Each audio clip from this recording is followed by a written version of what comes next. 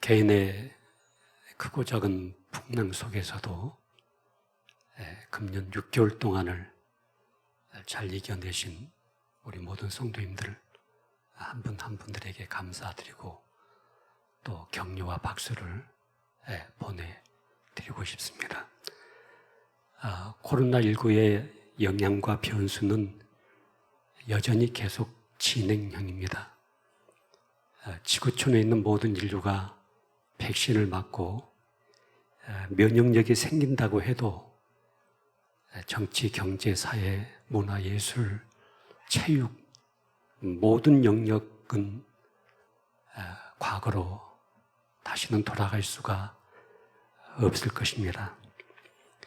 우리가 사람들을 자유롭게 만나고 가고 싶은 여행지를 자유롭게 오갈 수 있었던 이전의 삶은 이제 과거가 되었고 결코 되돌릴 수 없는 역사가 되고 말았습니다. 개인적으로 또 국가적으로 지구촌 전체가 커다란 풍랑의 한복판에서 허우적거리고 있습니다. 저는 개인적으로 처음에는 목 디스크로 시작된 통증이었습니다만 통증이 계속 심해져서 병원에 입원을 하기도 하고 여러 통증 클리닉을 다니면서 좀 치료를 하기도 했었습니다. 지금은 통증에서 거의 다 회복이 되었습니다만은 이제 70년은 가까이 살다 보니까 몸 이것저것도 고장이 나고 그래서 공업사에 가서 수리도 좀 해야 되고 그런 나이가 좀 된 것 같습니다. 그동안 저의 건강을 위해서 기도해 주시고 마음을 함께 해 주신 모든 성도님들 한 분 한 분에게 진심으로 감사함을 드립니다. 오늘 본문은 제자들이 배를 타고 풍랑을 만난 사건입니다. 그리고 그 풍랑 위에 예수님이 걸어오신 사건이 오늘 본문 속에 담겨져 있습니다. 인생이라고 하는 것을 한마디로 이야기한다면 세상이란 바다 위에서 이 풍랑을 만난 제자들과 같습니다. 오늘 본문의 이 사건을 성경에서는 마태, 마가, 누가, 요한 사복음서 기자가 동시에 이 사건을 다 다룰 만큼 굉장히 성경에서 중요한 부분을 부각시키고 있는 본문입니다. 먼저 우리가 주목해 봐야 될 부분은 예수님께서 무리를 걸으신 이 사건이 바로 앞에 이 오병여의 사건과 연결되어져 있습니다. 보리떡 5개와 물고기 2마리로 남자 장정만 5,000명을 먹이시고 또 12바구니를 남기셨던 이 사건과 오늘 이 풍랑 속에서 어려워하고 또 고난을 당하고 있는 제자들, 또 그 풍랑 위를 걸으신 예수님의 이 사건과 결부되어서 이 본문이 이해돼야만이 오늘 성경의 정확한 의도를 우리가 파악할 수가 있을 것입니다. 오늘 본문 마태복음 22절을 보시면은 예수께서 즉시 제자들을 재촉하사 자기가 무리를 보내는 동안에 배를 타고 앞서 건너편으로 가게 했다 이렇게 말씀합니다. 여기 재촉했다는 이 말의 헬라 언어의 본뜻은 억지로 가게 했다 그런 의미를 가지고 있습니다. 그렇기 때문에 이 제자들을 바다 한가운데로 몰아넣은 것은 어떤 의도를 가지고 예수님께서 일으키신 사건이라고 하는 것입니다. 오늘 본문과 똑같은 사건을 기록하고 있는 요한복음 6장에 가보시면 생명떡에 대한 말씀으로 꽉 차 있는데 이 오병이어 사건을 전개하시고 또 생명떡에 대한 말씀을 하시면서 그 복판에다가 오늘 이 풍랑이 일어나고 이 풍랑 위를 걸으셨던 예수님의 모습을 부각시키고 있습니다. 마태, 마가, 누가는 성경을 연대별로 역사적으로 순서적으로 기록을 하고 있습니다만은 요한복음을 보시면은 요한이 의도하는 대로 성경을 선택해서 사건을 기록해 가고 있는데, 이 요한은 이 오병여의 사건과 이 풍랑이 일어나고 그 위를 걸으셨던 예수님의 사건을 하나로 묶어가지고 오늘 이 본문의 사건을 특별히 다루고 있습니다.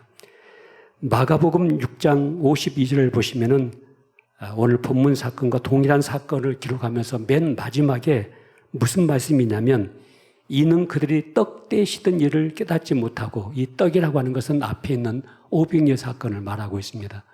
이 오병이어 사건을 깨닫지 못하고 도리어 그 마음이 둔하여졌다고 오늘 본문의 마지막을 이 말씀으로 기록합니다. 그렇기 때문에 오늘 이 본문의 사건은 반드시 이 오병이어 사건과 결부되어져야만이 우리가 이 본문에서 우리에게 전하고자 하는 메시지를 정확하게 우리는 붙잡을 수가 있습니다. 먼저 오병이어 사건에서 우리가 먼저 확인해야 될 부분이 하나가 있습니다. 우리는 보리떡 5개와 물고기 2마리로 5,000명을 먹이고 12바구니가 남아졌다. 이 사건을 생각할 때마다 우리 시선이 온통 어디다 집중되냐면은 이 오병이어에 집중을 하고 있습니다. 봐라, 보리떡 5개와 물고기 2마리를 내놓으니까 이런 큰 기적이 일어나지 않았느냐, 또 이런 사건이 일어나지 않았느냐, 그 소년의 헌신이 있기 때문에 이런 역사가 있지 않았느냐, 보리떡 5개와 물고기 2마리가 있었기 때문에 오늘 이 오병이어의 사건이 일어난 것처럼 우리는 자꾸 거기다가 집중을 하게 됩니다. 그러나 예수님은 말씀으로 모든 만물을 창조하신 분이십니다. 무에서 유를 창조하신 분이십니다. 보리떡 5개와 물고기 2마리가 없었다고 해서 예수님께서 5,000명을 못 먹이시겠습니까? 2만 명을 책임지지 못하시겠습니까? 전혀 그런 부분이 아닙니다.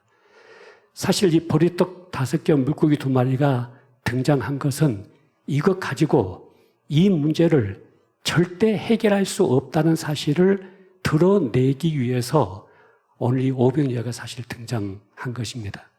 다시 말해서 그곳에 남자 장정만 5,000명, 어린아이, 노인, 여자까지 합치면 거의 2만 명의 군중이 모여 있었습니다. 그 2만 명의 군중들을 배불리 먹이기 위해서는 2억 정도가 필요합니다. 그런데 고작 인간편에서 가지고 있는 것은 2,000원밖에 없는 겁니다. 그 2,000원을 내놓는 것은 2,000원 가지고 이 문제를 해결할 수 있기 때문에 내놓는 것이 아니고, 이것 가지고는 이 문제를 해결하는데 1%도 가능성이 없다는 것을 부각시키기 위해서 이 오병이어가 사실 등장한 것입니다. 인간이 가지고 있는 윤리와 도덕과 철학과 사상과 모든 것을 다 동원해도 이것 가지고는 영생의 문제를, 구원의 문제를 해결할 수가 없기 때문에 예수님께서 생명떡으로 이 땅에 왔다는 사실을 부각시키는 것이 오늘 이 오병이어 사건의 가장 중요한 핵심적인 영역이 되는 것입니다. 우리가 수사학적인 차원에서 말을 할 때 아주 조용하다고 할 때는 뭐 쥐죽은 듯이 고요하다 이렇게 표현을 할 수도 있지만은, 그보다 더 강한 표현은 바늘 떨어지는 소리가 벼락치는 소리 같다 이렇게 표현할 때, 그 바늘 하나의 작은 소리를 가지고 벼락치는 것 같다고 표현하게 되는 것입니다. 이 오병이어가 자꾸 등장하는 이유는 이거 가지고는 이 문제를 해결할 수가 없기 때문에 예수님께서 우리에게 생명떡으로 이 땅에 오시고 예수 그리스도를 믿음으로 먹고 마시는 자가 영원한 영생을 얻게 된다는 사실들을 말하고 있습니다. 자, 그러면 당장 그 이어서 또 어떤 질문이 우리에게 다가오게 되냐면은, 예수님께서는 언제든지 우리의 필요한 모든 것을 주시는 분인가? 또 예수님에게 가면은 의식주 문제부터 시작해서 시집가고 장가가고 아들 낳고 딸 낳고 돈 벌고 직장 얻고 애인 생기고 남친 생기고 이런 모든 문제까지 다 바꿔지는, 그래서 축복의 강물에 뱃놀이 하는 인생으로 우리 인생이 바꿔지는 것인가, 이런 질문이 나오게 됩니다. 실제로 예수 믿는 사람들이 전도를 하다 보면은 굉장히 비약시켜서 기독교를 만병통치약처럼 이야기할 때가 있습니다. 예수만 믿으면, 우리 교회만 나오면 복 받는다. 자식 문제 잘 풀릴 것이고, 사업 쭉쭉 풀릴 것이고, 팔자가 구자로 쭉쭉 펴질 것이고, 뭐 다 잘 될 것이다. 병도 나을 것이고, 아무 문제가 없을 것이다. 코로나도 안 걸릴 것이다. 막 이런 식으로 해가지고 전도를 하는 사람들이 있게 됩니다. 그런데 여러분, 성경 보시면 절대로 기독교를 소개할 때 축복을 전제로 기독교를 소개하지 않습니다. 성경은 언제든지 회개를 앞세워서 기독교를 소개합니다. 회개하라. 천국이 가까웠다. 이 회개하고 죄를 지적하고 심판을 경고하면서 이 복음을 소개를 합니다. 이 오병이어의 기적을 통해서 수많은 군중들이 이제 흥분하기 시작했습니다. 심지어 요한복음 6장 15절 말씀을 보시면 사람들은 예수님을 빵의 메시아로 여기고 이제 왕을 삼기 위해서 여론을 확산시키고 사람들이 예수님을 왕으로 막 옹립하려고 합니다. 이때 오늘 본문 바다 위를 걸으신 사건을 통해서, 이 오병이어 사건을 통해서 무엇인가 좀 잘못되어 있는, 예수님이 의도하지 않았던 어떤 오해들을 제거하기 위한 중요한 의도를 가지고 오늘 이 본문의 사건이 진행되고 있다고 하는 것입니다. 흔히 성경에서 바다를 세상으로 묘사를 할 때가 많습니다. 찬송가 373장의 가사를 보시면 고요한 바다로 저 천국 향할 때 주 내게 순풍 주시니 참 감사합니다. 큰 물결 일어나 나 쉬지 못하나 이 풍랑 인하여 더 빨리 갑니다. 이 바다를 이 세상이라고 여러분 생각해 보십시오.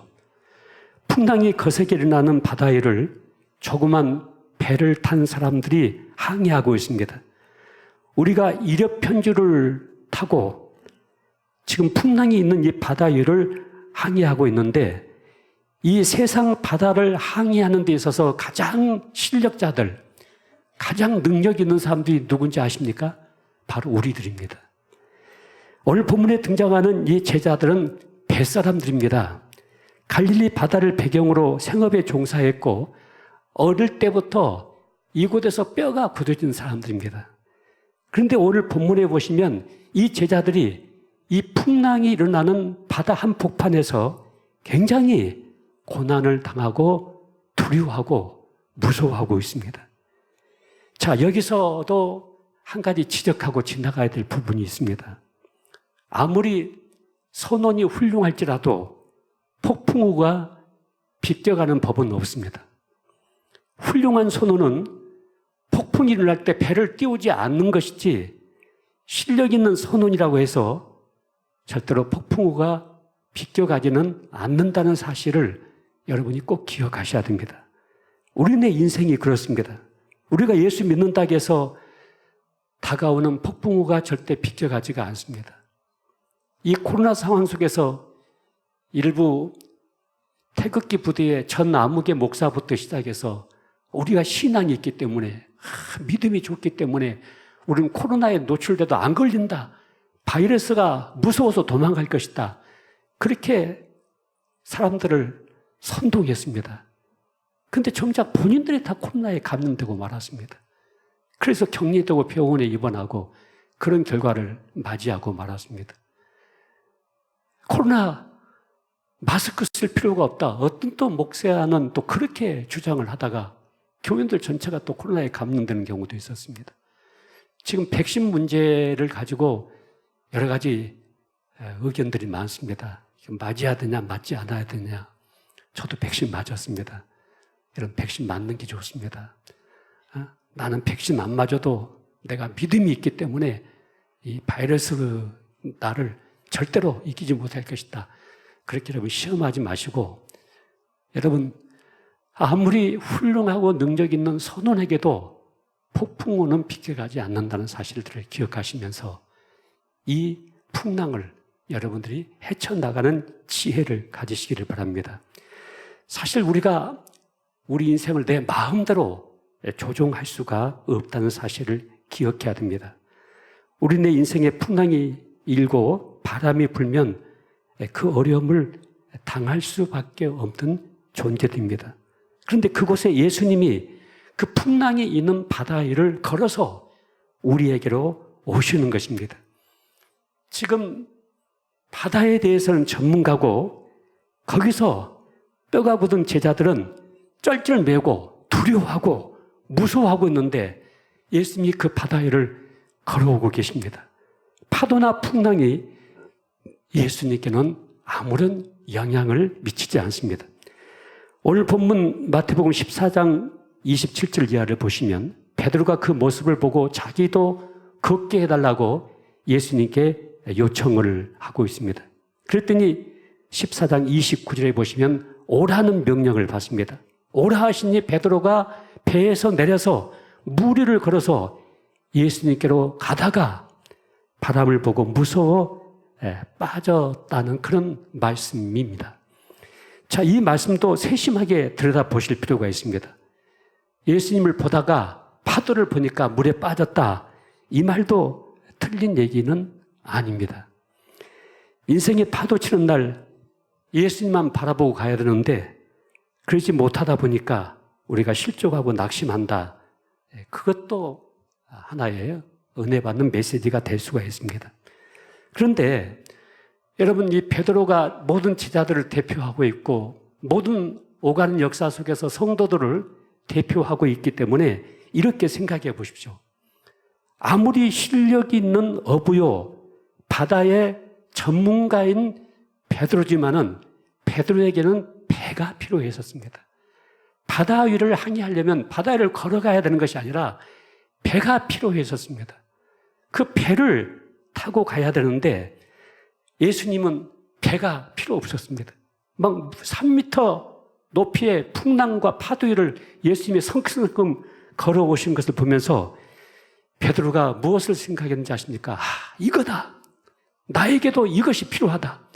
예수님이 나에게 능력 주시고 복을 주시면 배도 필요 없고 모든 것이 필요 없고 나도 바다 위를 유유히 걸어갈 수 있는 능력이 생기지 않겠는가 하는 이것을 베드로가 생각을 했던 것 같습니다.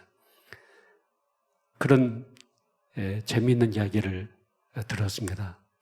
누군가가 아주 신앙이 좋고 또 믿음이 좋다고 하는 사람이 하루는 한강 한쪽에다가 차를 세워놓고 주님, 저도 베드로처럼 물 위를 걷고 싶습니다. 주님, 저를 좀 오라 하십시오. 그러니까 저쪽에서 주님이 오라고 손짓하는 것 같습니다. 이분이 한강에 딱 들어갔는데 한강 속에 쏙 빠져들기 시작했습니다. 그러니까 아니 왜 베드로는 바다를 걷게 하시고 저는 한강에 빠지게 하십니까? 했더니 한강다리 많이 만들어놨다. 자동차 타고 그리 달려가지 뭐 때문에 한강 위를 걸어가려고 하냐. 여러분, 신앙이라고 하는 것은요, 막무가내로 하는 것이 아닙니다. 무조건 막 머리 미래 들면서 이것을 신앙이라고 그렇게 표현한 거 아닙니다. 하나님께서 우리가 이 땅에서 살아가는 과정 속에 때로는 배도 필요하고 자동차도 필요하고 의사도 필요하고 병원도 필요하고 상담자도 필요하고 이런 모든 과정들이 필요한 것입니다. 아무것도 안 먹어도 배가 부르고 살 수 있다고 한다면 뭐 때문에 의식주 문제를 우리에게 해결해 주시겠습니까? 날마다 먹을 일용할 양식을 먹어야만이 우리가 이 생명의 에너지를 유지할 수가 있게 되는 것입니다.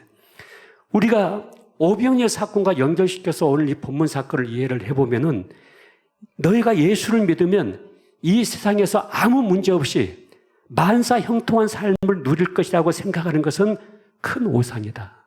오직 너희에게 현실 속에서 영적 싸움이 있다는 사실을 오늘 예수님은 이 본문의 사건을 통해서 우리에게 메시지로 남기고 싶었던 것입니다. 기독교는 예수 믿고 구원받으면 이 세상에서 두려울 일이 다 없어지고 말고 만사 태평 태평할 것이라는 약속이 성경 속에 없습니다. 물론 구약에서 축복 개념으로 자식 많고 오래 살고 재산이 많아지는 것들을 표현하는 부분들이 여러 군데가 있습니다. 그런데 여러분, 그 부분은 어린아이에게 어린아이로서의 이해할 수 있는 말로 이해할 수 있게끔 이야기한 것입니다. 자, 우리가 자녀들에게 너 공부 열심히 하면 아빠가 자전거 사줄게, 아빠가 게임기 사줄게, 자, 이렇게 얘기를 합니다. 근데 그 자녀는 그 게임기 하나를 얻어내기 위해서 막 머리를, 수건을 질끈 묶어놓고 막 공부를 합니다. 자전거 한 대 얻어내고 싶어가지고 공부를 합니다. 그래서 자전거를 얻게 됩니다. 여러분, 부모는 자전거가 목표가 아니잖아요. 자전거를 앞에다 상을 걸었지만은 그 자녀를 이 수준까지 끌어올리려다 보니까 때론 게임기도 걸고 자전거도 걸었을 뿐이지 부모의 의도는 그게 아니었다고요.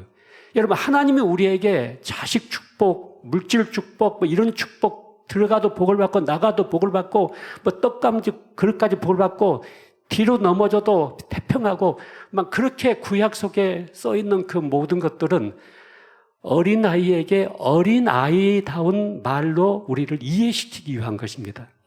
사실은 오늘 우리에게 되어지는 모든 사건을 통해서, 때로는 축복이라고 말하는 그 모든 사건을 통해서 우리를 영적으로 더 키워내기 위해서, 영적으로 더 훈련시키기 위해서, 영적인 열매를 더 맺기 위해서 주님께서 의도하신 사건들입니다.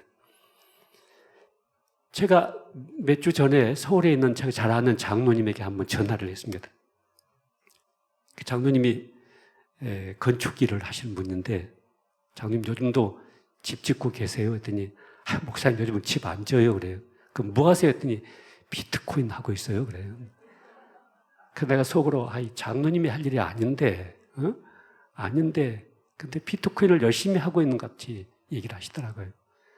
근데 그 장로님이 지난주에 저희 내적치유 센터를 오셨어요.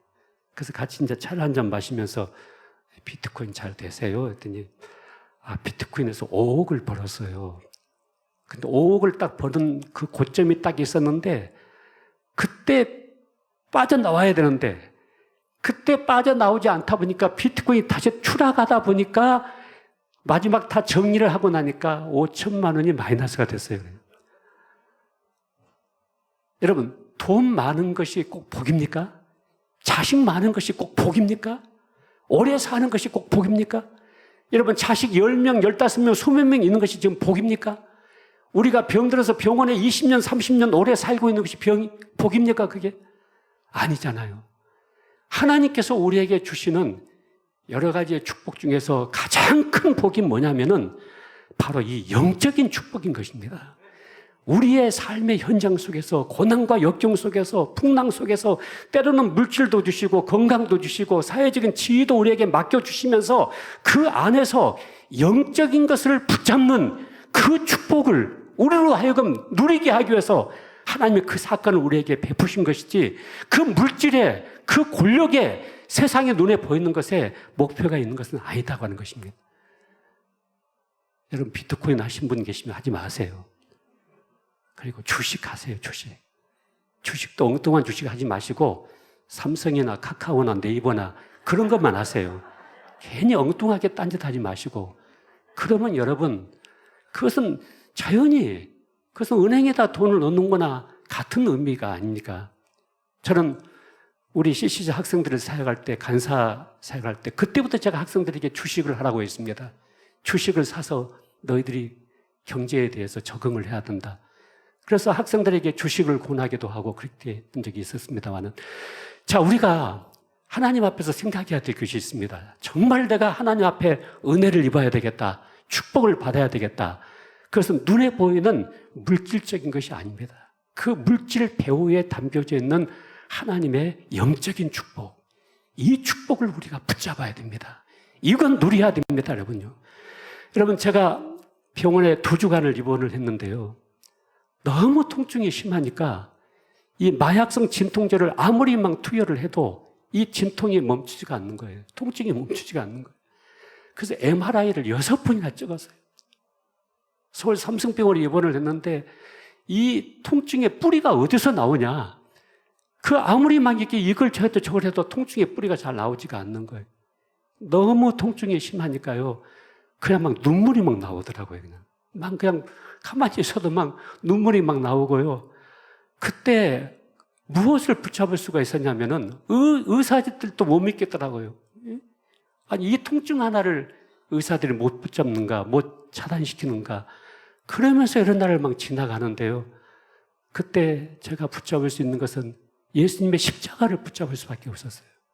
예수님께서 십자가에서 온 인류의 죄를 짊어지시고 매달려서 피와 물을 다 쏟으시면서 그분이 겪으셨던 그 통증은 얼마나 클까?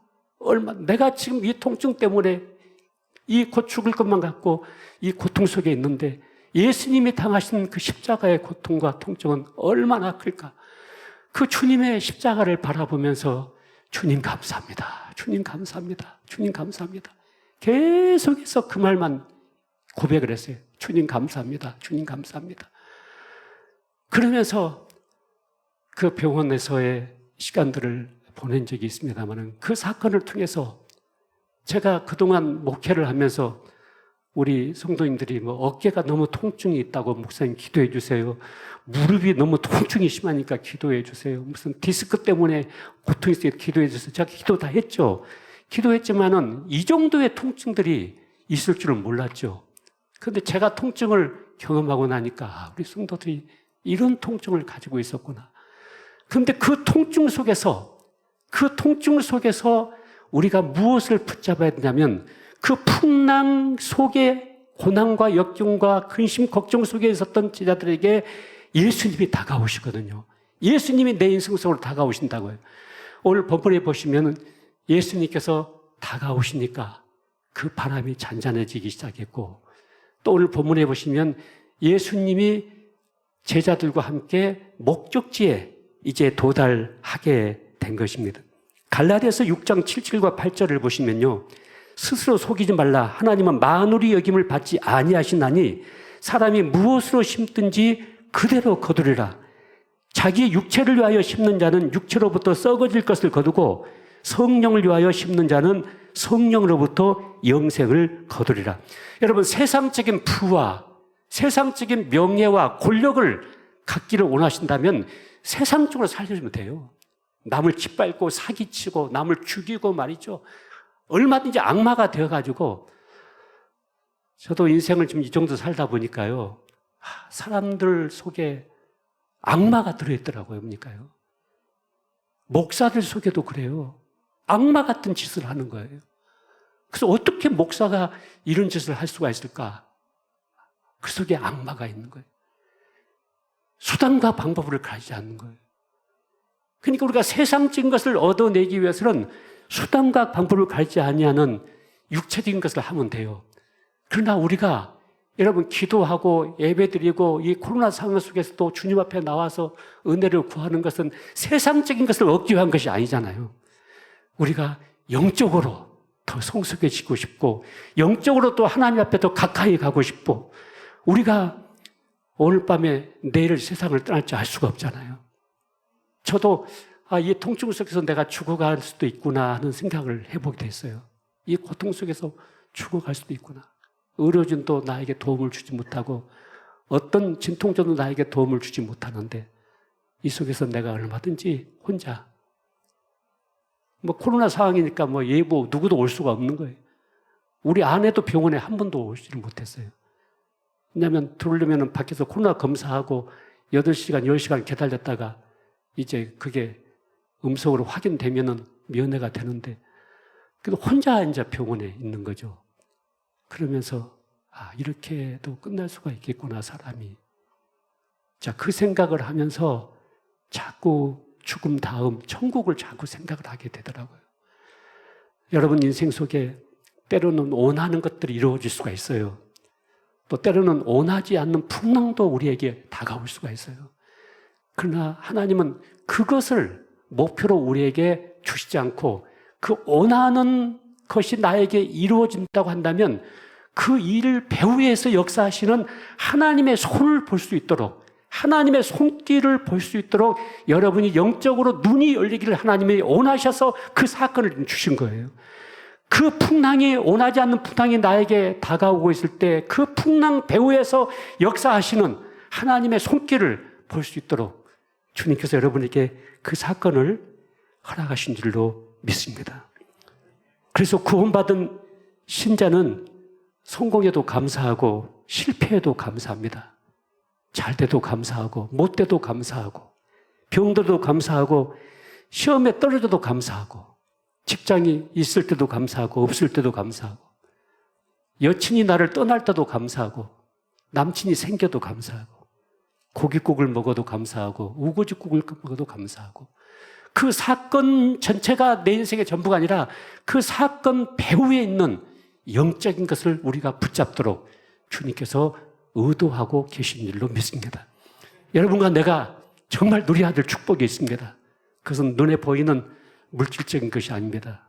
그 배후에 주님이 내 인생 속으로 다가오고 계시는 그 주님을 영접하는 것입니다. 그 주님을 붙잡는 것입니다. 그 주님을 내 인생의 주인으로 삼는 것입니다.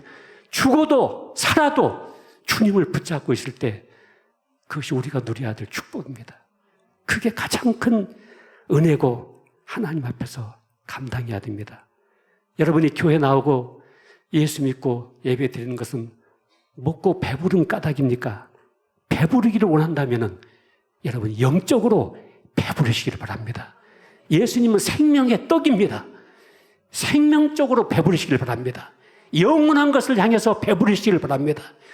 이 코로나의 고통과 어려운 풍랑 속에서도 여러분이 영적으로 더 성숙해져 갈 수 있다고 한다면 여러분은 최고의 복을 누리고 계신 줄로 믿습니다.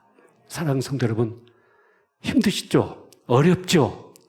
크고 작은 많은 풍랑과 고난과 역경 앞에 여러분 부딪히고 있죠. 그러나 그 배후에 주님이 나를 향해서 그 풍랑을 딛고 다가오고 계십니다.